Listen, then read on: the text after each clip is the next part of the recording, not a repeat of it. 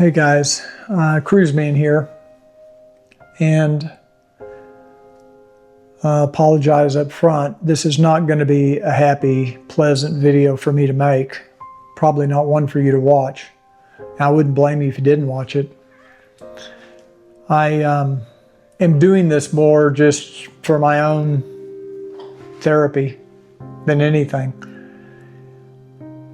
I had the unfortunate circumstance this morning of finding my best friend of 59 years passed away in his home.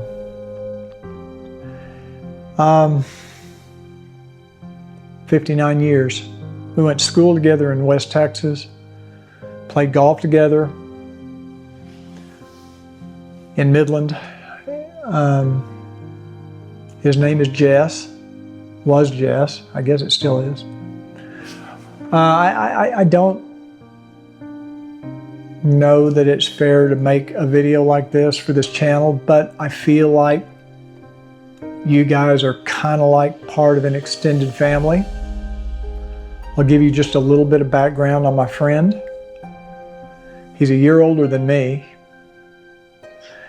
and he had not been feeling good for the last 2 or 3 weeks. You probably noticed I haven't been putting out any videos for the last couple of weeks. And that's part of the reason I've been a little distracted trying to keep him company and take care of him. And I just, more than anything, distracted. It's not like it was taking up my time so much. It was just taking up my mental energy because I knew he wasn't feeling good. Now, a little background, he's the kind of person that will not, under any circumstances, go to a doctor. He hates doctors. He just wouldn't go. I tried everything I could to get him just to go to a little clinic and get checked out. He had been complaining for the last 2.5 weeks of back pain, pain in his back. My concern is that might have been his kidneys. I don't know that. I'll tell you why later, why I hope it was. Maybe if I remember, I may forget to tell you.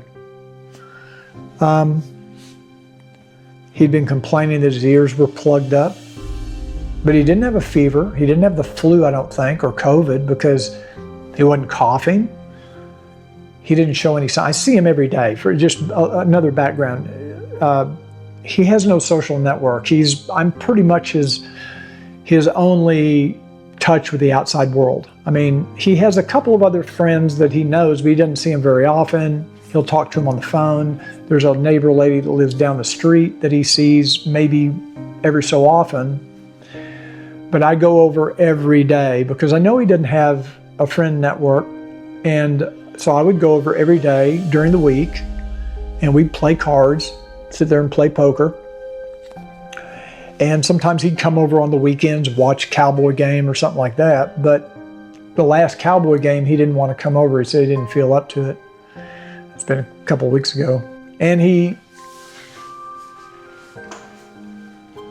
I tried everything I could to persuade him to go to a doctor. He wouldn't go. All he would do is get mad at me if I pushed it too hard. He just doesn't like doctors, doesn't trust them. If he goes to get a dental checkup, here in Texas, when you go to the dentist, they check your blood pressure. And it would just freak him out. For 30 days before he'd go in for a teeth cleaning, he'd freak out over having to have his blood pressure taken. So he was a very eccentric kind of guy, but the nicest guy you'd ever want to meet. He'd do anything in the world for you. He give you the shirt off his back. Super nice guy. He gave me, when we would leave town, because Ricky and I go out of town from time to time, he would always come over every day and check our house, check the door, check for packages and check our mail, things like that. I didn't ask him to do it. He just offered to do it because it gave him something to do to get out of the house. And he was just always willing to do anything I needed. Anything I asked for, he would have done it. So I don't know why you guys would be interested in this, but like I say, you're kind of like an extended family. This YouTube community, this Goldwing community, if it is such a thing, I kind of feel like you guys are part of my family. And I was going to come home tonight and do a Crown and Comments. I had scheduled to do Crown and Comments, had my notes already. That isn't going to happen now. I don't know when that'll happen. I've never done anything like this. I don't think I've ever lost a friend. The closest thing to this would have been maybe 25 years ago when my secretary died. And she was like my right-hand person, and she got the flu and it turned into pneumonia and she died very suddenly, and that was rough, very rough. But anyway, back to Jess. I had texted him yesterday morning. He texted me back about 9:30 in the morning saying that we should not get together the next couple of days, meaning today and tomorrow, because he wanted to rest. He'd been complaining about wanting to get a lot of rest. And so yesterday afternoon, I texted him and he didn't respond. I didn't get a reply. I could see from the text that it got through to his phone, but he never read the text, and that's not like him.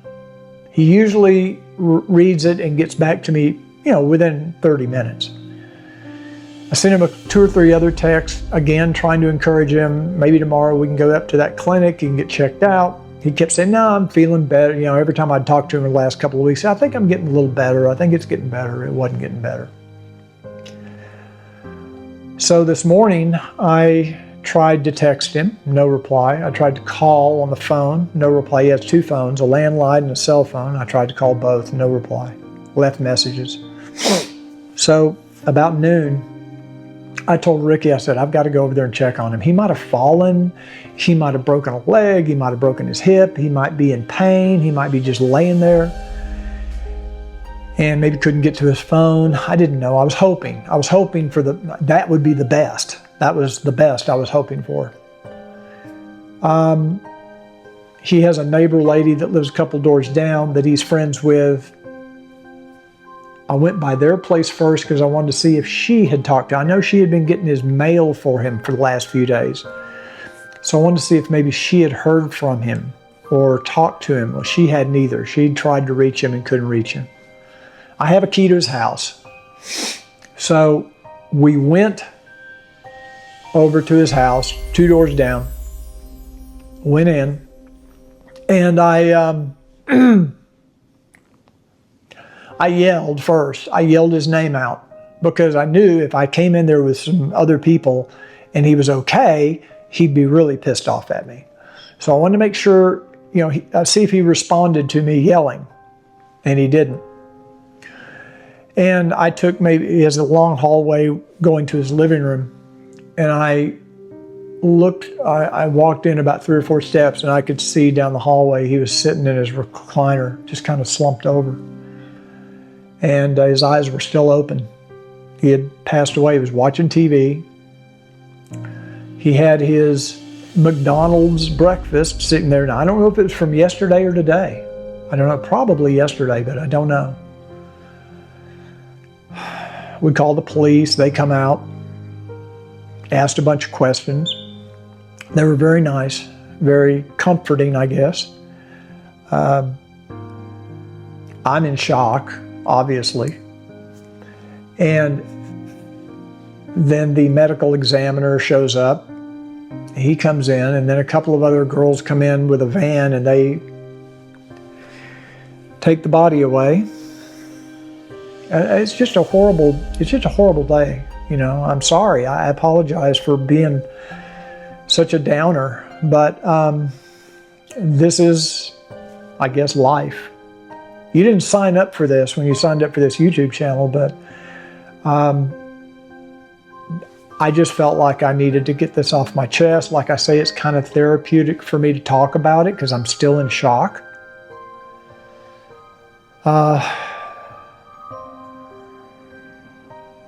And where do we go from here? I'm his executor, obviously. So I will take care of his house. You know, he rents a house. He doesn't own it. He rents the home. And I'll have to deal with all these other things. So I'm going to be pretty scattered. It might be hard for me to make videos for the next while. So please bear with me. Please know why. If you don't see any new content coming out from me, is this why I haven't put out any content for the last week or two? Not because I've been so busy with it, other than mentally it's been on my mind, because I've been afraid something like this might happen. Because at his age, 71 years old, when he won't go to a doctor and he has these pains, and he kept saying, well, I had this 15 years ago and it just took a couple of weeks for it to clear up. And I told him, I said, yeah, but that was 15 years ago. You were a younger man. You might need some antibiotics or some other intervention, but he wasn't going to have it. He went his way. Now, the reason I said earlier about his kidneys was because of the back pain. And I'm thinking maybe, and he took lots of ibuprofen for pain over the years, for many years. In fact, we looked on his shelves today. He still had big bottles of Tylenol and Advil and Aleve because he just lived on painkillers. And those can really mess you up. And the reason I said earlier, I hope it was his kidneys, is because when Ricky's father passed a long time ago, they were talking about probably he would die from renal failure, which is your kidneys. And one of the hospice people said, you know, it's really not a bad way to go. It's kind of a peaceful way to go. And he did look peaceful. He looked like he just fell asleep in his recliner. You know, you can't tell, but maybe he had taken so many painkillers that he couldn't feel the pain. Anyway, again, I owe you an apology for being such a downer, but thanks for listening. Thanks for being a part of this channel and this experience. Thank you for letting me vent this for my own therapeutic reasons. I will have another Crown and Comments coming soon. And I don't know what else to say other than thank you. And if you have a friend in your life, a good friend, you know, call them up tonight. Tell them you love them. Tell them you care about them. Just check in on them, because you never know. I didn't know day before yesterday that was the last time I was going to be able to talk to my friend. So you just don't know.